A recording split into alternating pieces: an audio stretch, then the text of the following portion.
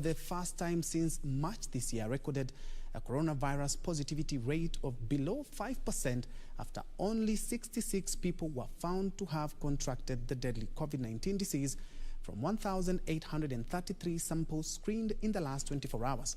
This pushes the viral positivity rate to 3.6% and the total infections to 163,620. The country's coronavirus positivity rate is on a downward trajectory. This is after only 66 people tested positive for the deadly COVID-19 disease from 1,833 samples screened in the last 24 hours, pushing the positivity rate down to 3.6%. This means Kenya may flatten the curve of infection soon if the rate is maintained below 5%, at least for 2 weeks.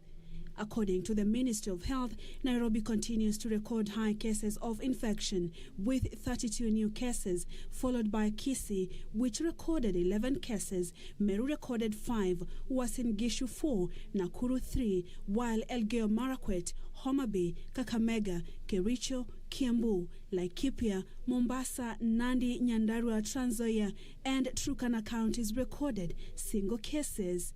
In the last 24 hours, 12 patients lost their fight to the deadly disease. 1 death occurred within the last 1 month and 11 are late deaths from facility record audits. A total of 1,737 patients have recovered from the disease, 1,580 from the home-based isolation and care, while 157 were discharged from various hospitals. The number of fatalities and recoveries now stands at 2,907 and 112,298 respectively.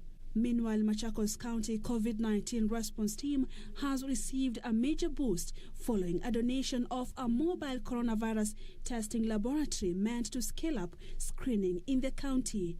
Machakos County CEC for Health Dr. Ansent Kituku said the equipment will ensure more residents have access to COVID-19 testing services. United Nations Industrial Development Organization, and they're using one of their Japanese companies, TSP Taiyo, have donated to Machakos County Government, Department of Health and Emergency Services, a mobile solar-powered COVID-19 testing lab. And we are very happy because of this donation, because it's going to have a very long way to ensure that as our technologies collect samples for testing for COVID-19, they are protected. Purity Museo, Channel 1 News.